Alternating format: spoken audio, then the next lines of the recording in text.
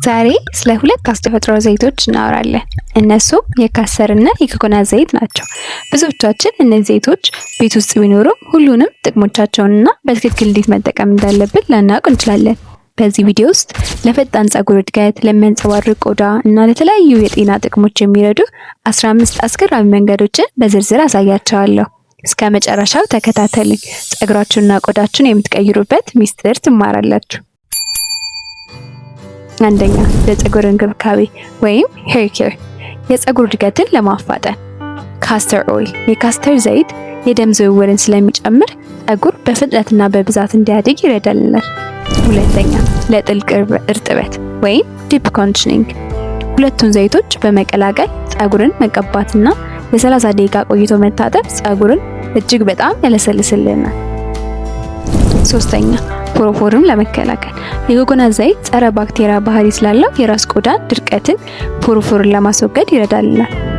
አራተኛ፣ ለቅንድብና ለሽፋሽፍት የካስተር ዘይትን በጥጥ በመጠቀም ቅንድብና የአይን ሽፋሽፍት ላይ መቀባት እንዲበቅሉና እንዲወፍሩ ያደርግልናል።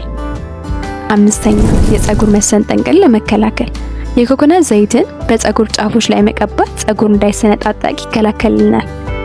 ስድስተኛ፣ ፍሪዝን መቆጣጠር ጥቂት ጠብታ የኮኮናት ዘይት ፀጉር እንዳይያያዝ ያደርጋል። ሰባተኛ፣ ተፈጥሯዊ እርጥበት ሰጪ የኮኮናት ዘይት ለደረቅ ቆዳ በተለይም ለክንድና ለጉልበት እጅግ በጣም ጥሩ ማለስለሻ ነው። ስምንተኛ፣ ሜካፕ ማስወገጃ የኮኮናት ዘይት ግትር የሆኑ የፊትና የአይን ሜካፖችን ያለምንም ጉዳት በቀላሉ ያስወግድልናል። ዘጠነኛ፣ ለተሰነጠቀ ተረከዝ የካስተር ዘይት ወፍራም ስለሆነ ለተሰነጠቀ ተረከዝ ፍቱን መድኃኒት ነው። ስለዚህ ካስተር ኦይልን ተቀብቶ ካልሲ አድርጎ ማደር ይመከራል። አስረኛ፣ የመለጠጥ ምልክቶች ወይም ስትሬች ማርክስ የካስተር ዘይትን አዘውትሮ ምልክቶቹ ባሉበት ቦታ ላይ ማሸት ምልክቶቹ እንዲደበዝዙ ይረዳል። 11ኛ፣ ለከንፈር ማለስለሻ ሁለቱም ዘይቶች የደረቀና ለጠቆረ ከንፈር እንደ ተፈጥሯዊ ከንፈር ማለስለሻን ያገለግሉናል። 12ኛ፣ ለጥፍር ጤና የካስተር ዘይትን ጥፍር ዙሪያ መቀባት ጥፍር እንዳይሰበርና እንዲጠነክር ያደርግልናል።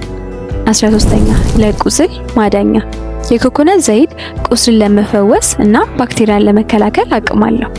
14ኛ፣ የአፍ ንጽህና ወይም ኦይል ፑሊንግ አንድ ማንኪያ የኮኮናት ዘይት በአፍ ውስጥ ለ15 ደቂቃ መጉመጥሞጥ ባክቴሪያን ያስወግዳል እንዲሁም ድድን ያጠነክርልናል። 15ኛ፣ ለማሸት ወይም ማሳጅ ኦይል የኮኮናት ዘይት በቀላሉ ቆዳ ውስጥ ስለሚገባና ደስ የሚል ሽታ ስላለው ለሰውነት ማሸት በጣም ተመራጭ ነው። ጠቃሚ ምክር፣ የካስተር ዘይት በጣም ወፍራም ስለሆነ ከኮኮናት ዘይት ጋር በእኩል መጠን ቀላቅለው ቢጠቀሙ ለመቀባትም ሆነ ለመታጠብ በጣም ቀላል ይሆንልዎታል። አብራችሁን ስለቆያችሁ በእጅጉ አመሰግናለሁ። በቀጣይ ስለምንሰራላችሁ ሀሳባችሁን ኮሜንት ላይ ጻፉልን። እናመሰግናለን።